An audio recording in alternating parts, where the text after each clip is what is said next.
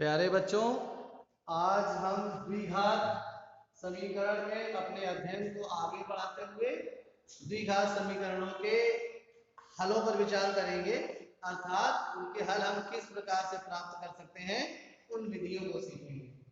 किसी द्विघात समीकरण के हल बच्चों क्या क्या हो सकते हैं, उस पर अगर हम लोग ध्यान दें तो हम लोगों ने बच्चों बहुपद प्रश्नावली में पढ़ा था कि किसी द्विघातीय बहुपद का जो ग्राफ है वो या तो एक्स अक्ष को दो बिंदुओं पर काट सकता है या किसी एक बिंदु पर काट सकता है, या हो सकता है ऐसा भी कि वह ग्राफ एक्स अक्ष को किसी भी बिंदु पर ना काटे।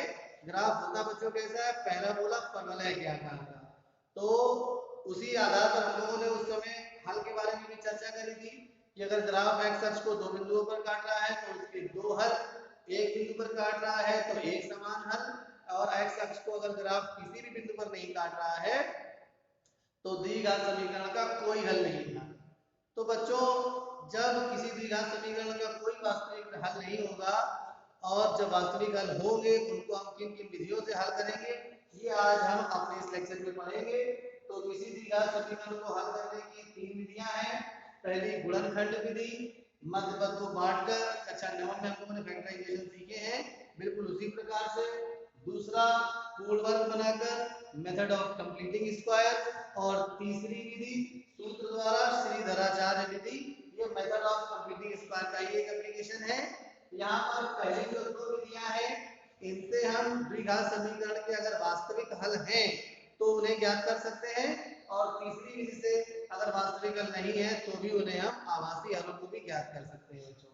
तो सबसे पहले पहली विधि पर विचार करते हैं, गुणनखंड विधि। मध्य पद को बांटकर एक उदाहरण हमने लिया है, पहले इसको करते हैं। तो रिकॉल करवाते हैं आपको कैसे आप करते थे मध्य पद को बांटकर गुणनखंड। पहले आप ये सीखेंगे कि द्विघातीय समीकरण अपने व्यापक रूप अर्थात ax square plus bx plus c के रूप में लिखा है या नहीं। यहाँ पर देखिए बच्चों, ये व्यापक रूप में लिखा है। तो फिर हम क्या करते थे बच्चों, हम इस बार पूरा मेथड से बता दे रहे हैं, फिर आगे थोड़ा सा डायरेक्ट कर देंगे। यहाँ पर इसकी तुलना करते थे, ax square plus bx plus c बराबर 0 से बच्चों इसकी तुलना करते थे। तुलना करने पर और एबीसी के मान प्राप्त करते थे।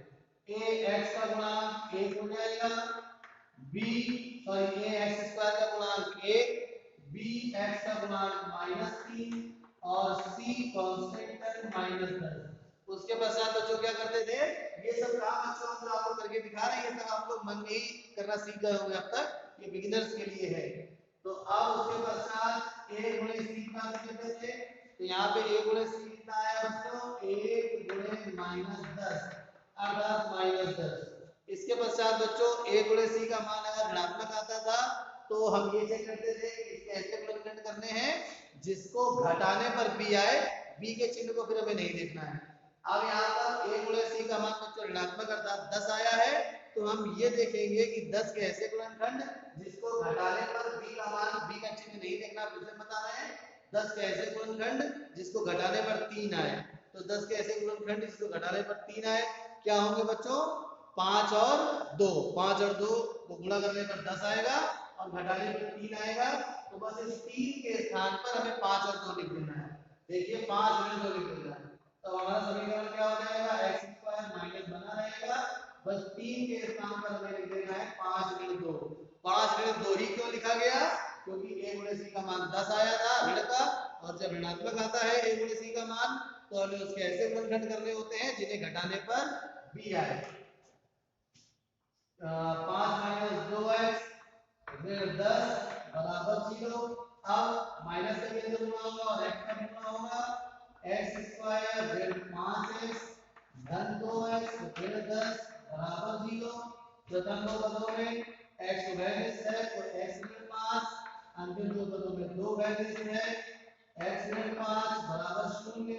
पुनः बच्चों x ऋण 5 फिर से वैल्यूज हो गया, अर्थात x प्लस 2 बचा बराबर 0। अब इतना गुणनखंड करना तो आप कक्षा 9 में सीख ही चुके हैं। अब हमें बस करना क्या है कि अलग अलग दोनों पदों को शून्य के बराबर करके x के दो मान निकाल लेंगे। तो यहाँ पर x ऋण 5 बराबर 0 करेंगे, पक्षांतर करेंगे बच्चों, तो x बराबर आ जाएगा 5 फिर x धन 2 बराबर 0 करेंगे, पक्षांतर करेंगे तो x बराबर आ जाएगा ऋण 2।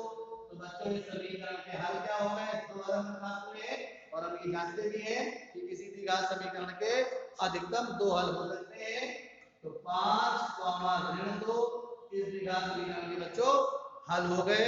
चलिए जल्दी से एक और प्रश्न करते हैं। हम लोग अभी गुणनखंड विधि पहली विधि से हल ज्ञात कर रहे हैं। चलिए तीसरा नंबर कर लेते हैं इसका। देखिए जल्दी से क्या है ये तीसरा नंबर, √2x² धन 7x धन 5√2 बराबर 0। बच्चों अभी इसको हम बिल्कुल उसी प्रकार से करेंगे जैसे हमने इस पहले वाले को किया था। सबसे पहले आप यही अप्लाई करेंगे कि ax² + bx + c बराबर 0 से तुलना करने पर तो a का मान आ जाएगा √2, b का मान आ जाएगा 7 और c का मान आ जाएगा 5√2।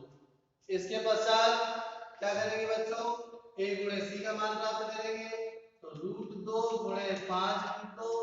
अब जानते हैं कि √2 और √2 का गुणा होगा तो बच्चों 2 आ जाएगा और फिर 2 में 5 का गुणा कर देंगे तो इसका गुणनफल हमें 10 प्राप्त हो जाएगा।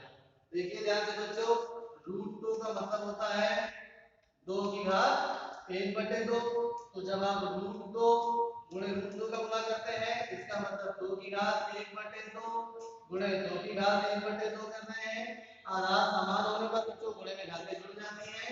तो 2 की घात 1/2 धन 1/2 अर्थात 2 की घात 2 लाशा मान लेंगे 1 धन 1 अर्थात 2 की घात 2/2 2 से 2 कट गया अर्थात 2 की घात 1 अर्थात 2 उत्तर आ गया।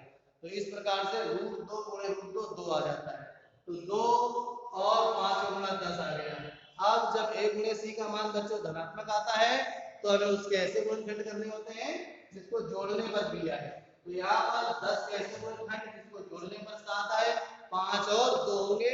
देखिए ध्यान से बच्चों, तो यहाँ पे फिर से आगे बढ़ते हैं, √2x² धन 7 के स्थान पर लीजिए आपने 5 + 2 x धन 5√2 बराबर 0। इसके पश्चात √2x² x के अंदर गुणा करेंगे तो आया धन का 5x धन का 2x धन का 5√2 बराबर 0। अब देखिए बच्चों, यहाँ पर प्रथम दो पदों में कुछ उभयनिष्ठ है। हाँ x उभयनिष्ठ है, उभयनिष्ठ हमेशा यहाँ पर मासा का बच्चों लिया जाता है। तो x उभयनिष्ठ है तो बचा √2x धन 5। अब यहाँ पर देखिए बच्चों, अगर हम इस 2 को देखें तो जिस प्रकार से √2 गुणे √2 फाइनली क्या आ गया था 2, तो हम 2 को भी तो यही समझ सकते हैं बच्चों, √2 गुणे √2।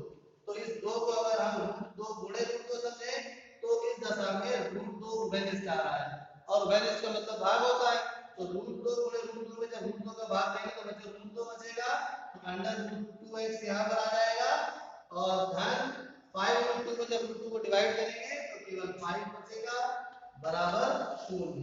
अब देखिए फर्दर कॉमन निकल आया है, √2x + 5 फिर से कॉमन हो गया, यहाँ पर x + √2 बराबर 0।